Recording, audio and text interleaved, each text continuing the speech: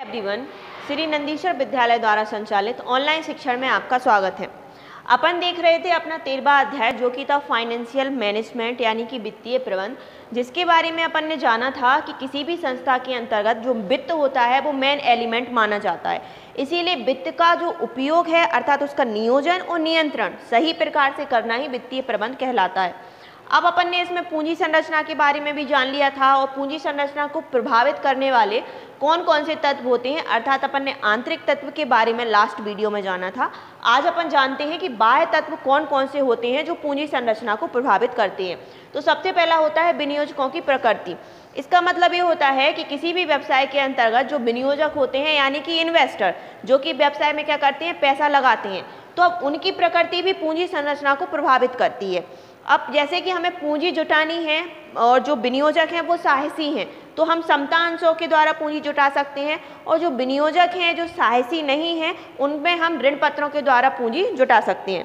दूसरा पॉइंट देखें कि बाजार की दशाएं, तो बाजार की दशाओं का मतलब ये होता है कि बाजार किस प्रकार से चल रहा है। अर्थात अगर हम यहाँ देखें कि व्यापार में बहुत तेजी की स्थिति चल रही है तो हम समता अंशों को रिलीज कर सकते हैं, क्योंकि कोई भी इन्वेस्टर होगा वो अपनी सुरक्षा चाहता है और समता अंशों में सिक्योरिटी ज़्यादा होती है। इसके अलावा अगर बाजार में मंदी का दौर चल रहा है और हमारे पास पैसा नहीं है तो हम ऋण पत्रों के द्वारा ऋण लेकर अपना व्यवसाय संचालित कर सकते हैं। तीसरा होता है मौसमी आवश्यकताएं। इसका मतलब ये होता है कि मौसम के अनुसार जब हमें पूंजी की आवश्यकता होती है, जैसे कि कभी कभी क्या होता है मौसम के अनुसार, जैसे मान लो बरसात चल रही है तो बरसात में हमें पूंजी की आवश्यकता कभी ज़्यादा हो जाती है, और जब बरसात नहीं होती है तो सीजन ऑफ रहता है तो पूंजी की आवश्यकता कम होती है। उसके अनुसार भी पूंजी संरचना को तत्व प्रभावित करते हैं। लास्ट होता है कानूनी प्रावधान। कंपनी का निर्माण कर रहे हैं तो कंपनी अधिनियम 1956 के अंतर्गत जो प्रावधान पूंजी संरचना के बारे में दिए गए रहते हैं उन्हीं के अकॉर्डिंग क्या किया जाता है, पूंजी संरचना का निर्माण किया जा रहा है। तो इस प्रकार अपन ने देखा कि पूंजी संरचना को आंतरिक अर्थात जो व्यवसाय के अंदर होते हैं, जैसे व्यवसाय की प्रकृति हुई, आय की अनिश्चितता हुई, इस प्रकार अपन ने कल देखा था। और अभी अपन ने देखा कि बाह्य तत्व जो एक पूंजी संरचना को प्रभावित करते हैं। अब अपना नेक्स्ट टॉपिक है स्थायी एवं कार्यशील पूंजी। तो स्थायी और कार्यशील पूंजी के बारे में आपने अकाउंट में बहुत अच्छे से जाना होगा कि स्थायी पूंजी क्या होती है और हमारी कार्यशील पूंजी क्या होती है। तो स्थायी पूंजी का एक सीधा सा मतलब होता है ऐसी पूंजी जो कि स्थायी संपत्तियों को क्रय करने में इन्वेस्ट की जाती है। अब स्थायी संपत्तियों को माने तो स्थायी संपत्तियां किसी भी व्यवसाय में केवल एक बार क्रय की जाती हैं और उनका उपयोग किया जाता है बहुत लंबे समय तक। यानी कि अपन देख लें कोई भवन है, प्लांट है, मशीनरी है, तो ये सारी चीज़ें जो आती हैं वह हमारी स्थायी पूंजी के अंतर्गत आती हैं। वहीं बात करें कार्यशील पूंजी की, तो कार्यशील पूंजी का मतलब होता है किसी भी संस्था को सुचारू रूप से चलाने के लिए जिस पूंजी की आवश्यकता होती है, जैसे कि दिन प्रतिदिन के व्ययों का भुगतान करना है, डेटर को देना है अपन को, साथ ही साथ जैसे रोकड़, कभी उधार माल क्रय किया, नगद क्रय किया तो हमें रोकड़ की आवश्यकता पड़ती है। तो वो सारी चीज़ें हमारी कार्यशील पूंजी के अंतर्गत आती हैं। अब अपन अभी बात करते हैं हमारी स्थायी पूंजी के बारे में। तो स्थायी पूंजी का मतलब क्या होता है, ऐसी पूंजी जो कि स्थायी संपत्तियों को क्रय करने में इन्वेस्ट की जाती है, उसको हम स्थायी पूंजी कहते हैं। अब इसमें सबसे पहली है वास्तविक स्थायी पूंजी। तो वास्तविक स्थायी पूंजी का मतलब ऐसी पूंजी से होता है जिसको अपन देख सकते हैं, अर्थात इसमें भवन, प्लांट, मशीनरी, फर्नीचर जो कि एक व्यवसाय को संचालित करने में इनिशियल होता है। यानी कि जब भी किसी व्यवसाय की स्थापना की जाती है तो ये सारे तत्व होना हमारे व्यवसाय में आवश्यक माने जाते हैं, उसको हम कहते हैं वास्तविक स्थायी पूंजी। वहीं दूसरी होती है अवास्तविक स्थायी पूंजी। ये भी हमारी स्थायी पूंजी होती है। इसके अंतर्गत हमारी ख्याति आती है, पेटेंट आता है, ट्रेडमार्क आता है। ख्याति किसी भी व्यवसाय की गुडविल होती है, पेटेंट और ट्रेडमार्क उसकी पहचान चिन्ह माने जाते हैं। तो यह आते हैं हमारे अवास्तविक स्थायी पूंजी के अंतर्गत।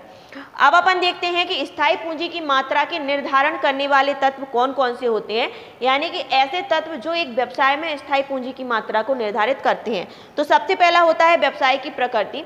ये चीज़ें अपन पहले भी पढ़ चुके हैं, जैसे कि व्यवसाय की प्रकृति क्या होगी वह डिसाइड करता है कि हम अपने व्यवसाय में किस प्रकार की पूंजी को लाएंगे। अगर व्यवसाय ऐसा है जहां पर श्रम प्रधान है, यानी कि मजदूरों के द्वारा काम कराया जाता है, छोटा मोटा व्यवसाय है, तो वहां पर स्थायी पूंजी की मात्रा कम लगती है।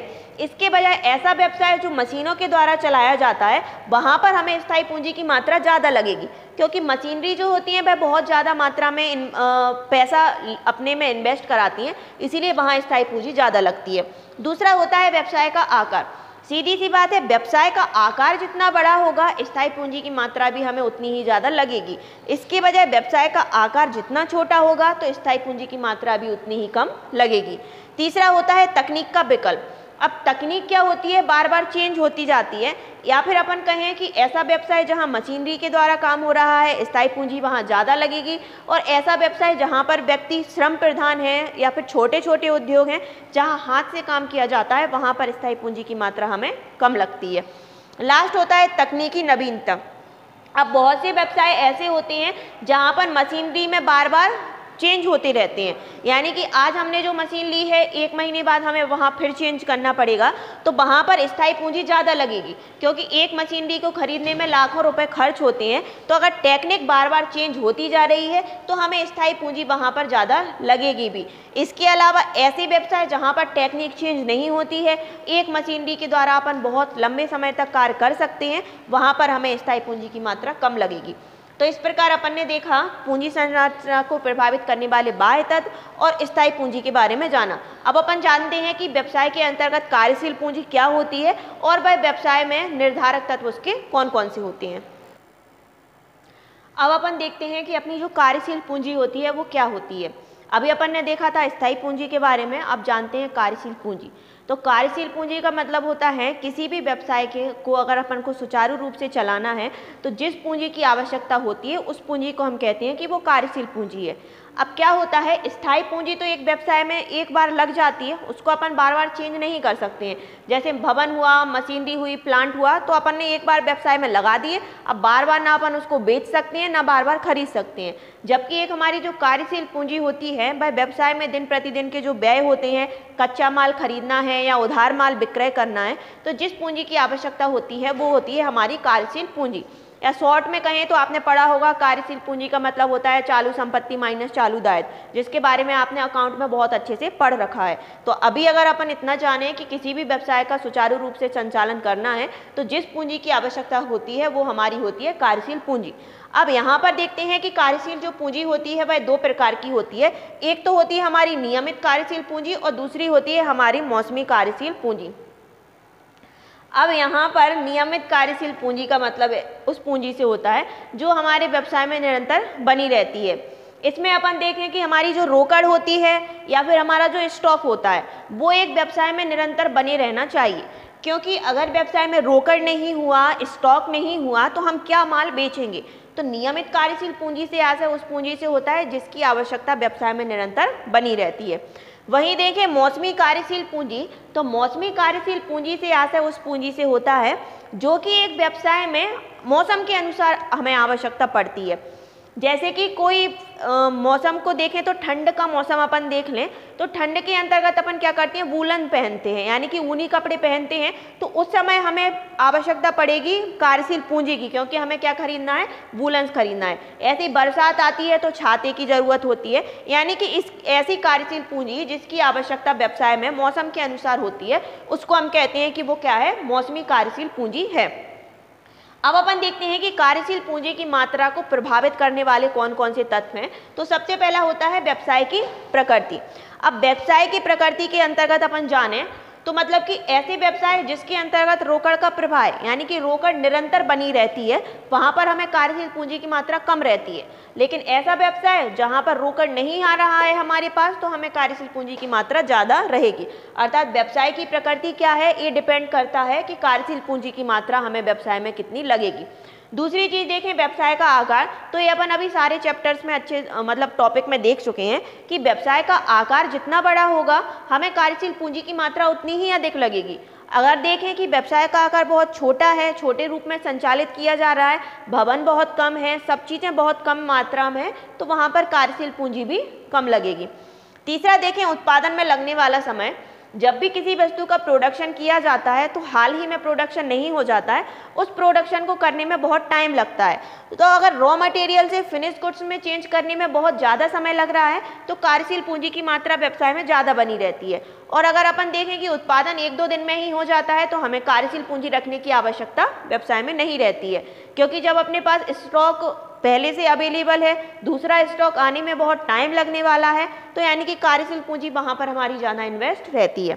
लास्ट देखें विक्रय का तरीका, तो बहुत से व्यवसाय ऐसे रहते हैं जहाँ पर उधार माल का विक्रय किया जाता है। अब अगर अपन उधार माल का विक्रय करेंगे तो पैसा तो अपने पास रहेगा नहीं, जबकि पैसा लेने और देने के लिए हमें पूंजी की आवश्यकता पड़ेगी। तो जहां उधार माल का विक्रय होता है वहां कार्यशील पूंजी ज़्यादा लगती है, और जहां पर नगद विक्रय होता है वहां पर हमें कार्यशील पूंजी की आवश्यकता होती नहीं है या बहुत कम मात्रा में होती है।